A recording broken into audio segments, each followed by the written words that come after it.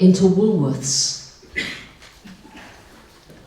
There was a whole counter of brightly coloured nail polishes. I picked one up. It was shiny and colourful. I wanted it. My hands were sweating. I was looking to see if anyone was looking. I put the nail polish in my pocket. When I went to the door, my heart pounding, I felt a hand on my shoulder. "Excuse me, but I think that you have something that doesn't belong to you." Taking me home, telling my parents, the police were called, and I was in serious trouble, not for the first time. In those days it was quite normal. My dad gave me a good backhander, pretty sharp. I remember the fingers being on my face. And I went into my room when everybody was told to not go to my room, to leave me alone and let me be alone in my room. In my room were my friends.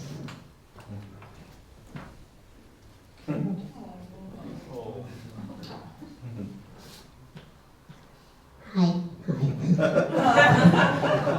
And my friends said to me, "You've done a bad thing, but you're not a bad person, okay? You're a good person."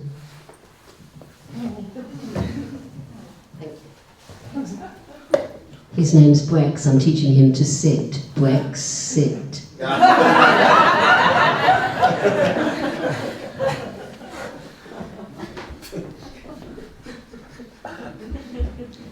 "Why did I do it?" my dad asked. "Why did you do it? You have everything you want. Why did you do it?" I didn't know. But when I talked to my father about it recently, he thought maybe it was because I was bullied at school, because I couldn't speak properly and I had a speech impediment. Maybe it was because my brother and sister were really smart and really clever, and I maybe was stupid. I left school with pretty much no qualifications. Anybody in England who knows what an O-level is, I didn't get them, except one. History. Why did I manage to pass history? There was a teacher in our school, Mrs. Abbott, Anne Abbott she was called. She was actually the deputy head as well, and she taught history. I hated history. I liked drama. I liked maths. I didn't like history. But she came up to me and she said, "Olivia, I'm going to help you with your history. I want you to come every day to my office, and for just half an hour every day, we'll find a slot and you will have permission to leave the class that you're in, come to my office, and you will sit with me in my office, and when I do my work, you will do your work. And you can ask me any question you like." Kind of in a way, if you'd have put it a different way, "You're in trouble, it's a detention, you'll come to my office every day for half an hour and work." But it wasn't put like that. It was communicated in a way where she made me feel special, that she had time for me, and I passed history.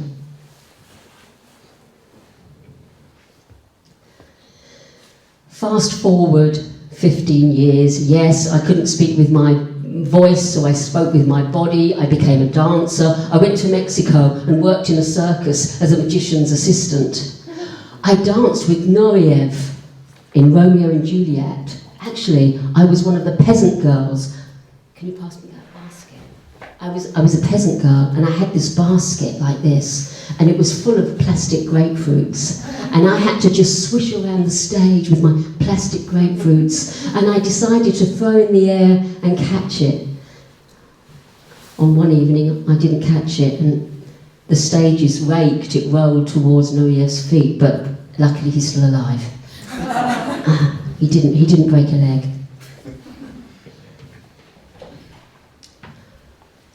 So yeah, 15 years later, I moved to Berlin, Germany. And I had a husband then, German husband that I met in England. We moved here for the kids to be bilingual. I had 2 little brats, was I going to say? Kids, 2 little kids. And it was tough because I didn't really speak much German. I'd gone from working in a job to not working at all. I was sort of like a stay-at-home mum. It was all just a huge lot to take on.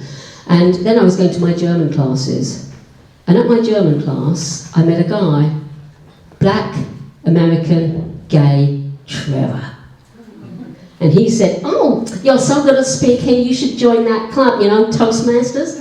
I was like, "No, I've never heard of it. What do they do, make toasts? I don't know. What do they do?" "Oh, you'll love it, because you're good at speaking." And I went along to my first meeting, first Berlin Toastmasters. And there, everybody greeted me as if I was family. Gabby, one of the first person I met, Rita and Claude, who are not here tonight.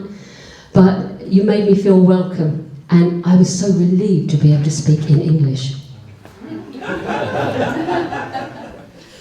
I found a family, I found acceptance, and I found my voice. There was that competition, you know, and my club only had 2 people that wanted to go in for the competition. They were looking for a 3rd person. So they just said, "Olivia, could you just, you know, we just need a 3rd person, otherwise it's not allowed." So I said, "Okay, I'll be the 3rd person." "Okay, just give the speech you gave last week." "Okay, I'll give the speech you gave last week." I had a teddy bear in the speech, but okay, I'll give it.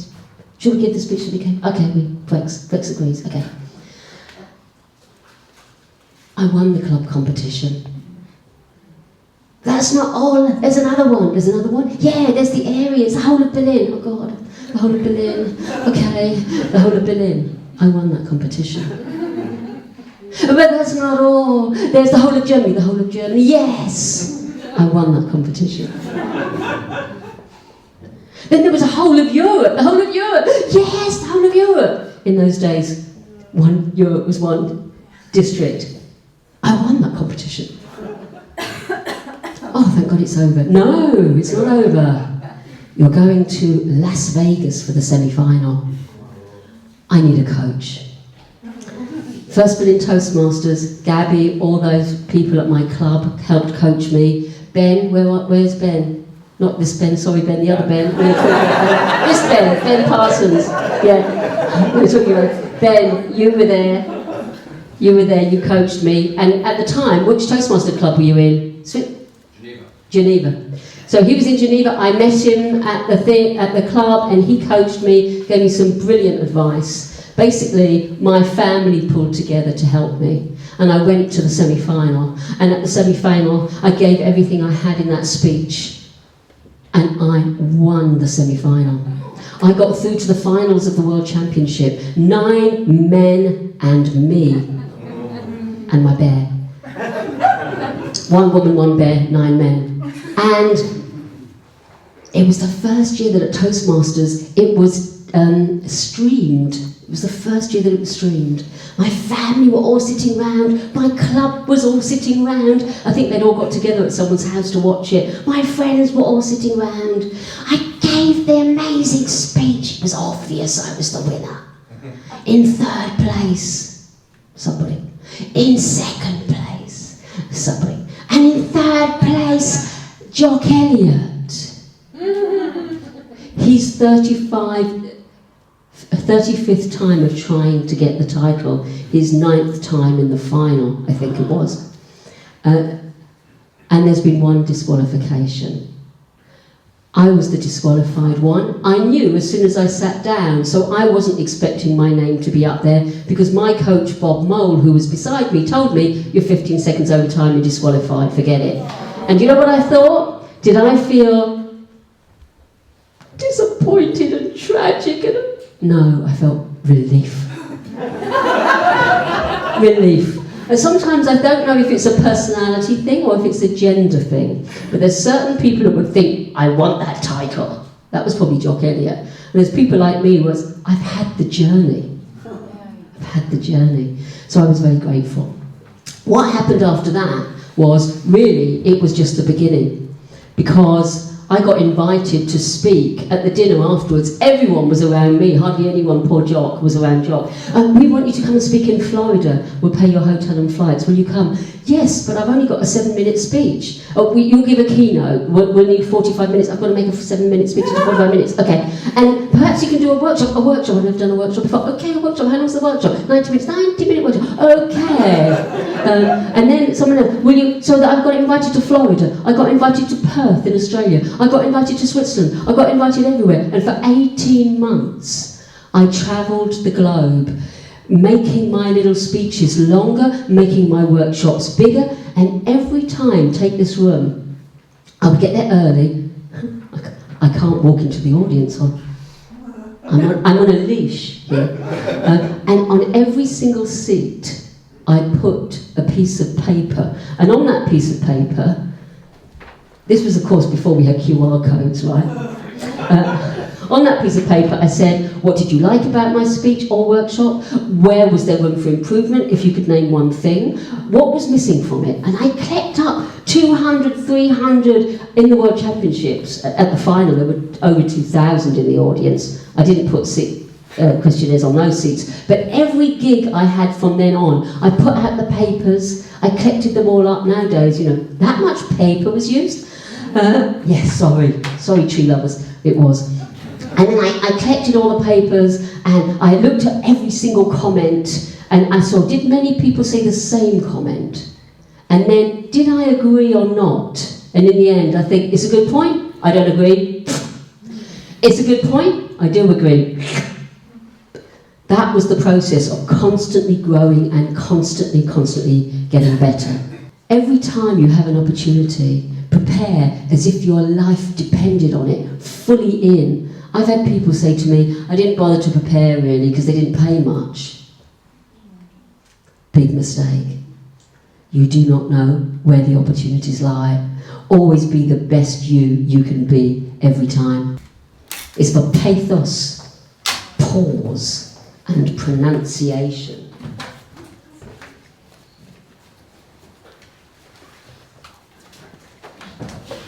E is for energy, ethos, emotion.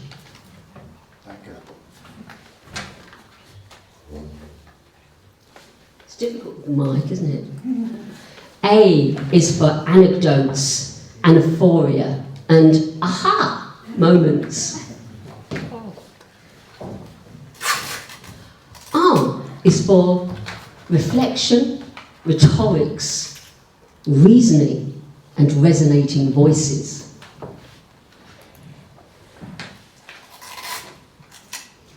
L is for logic, lifeline stories, and lyricism.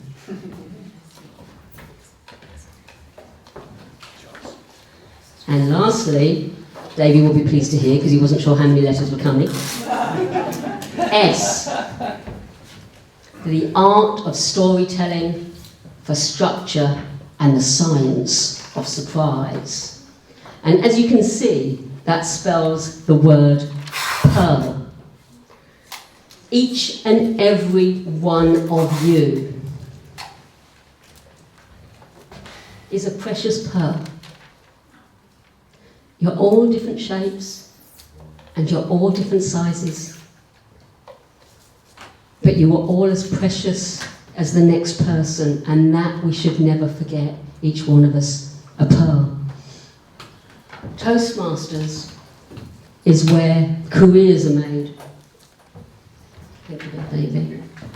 Toastmasters is where pro speakers are made. Toastmasters is where friendship is made. Toastmasters is where family is made. And Toastmasters is where leaders are made.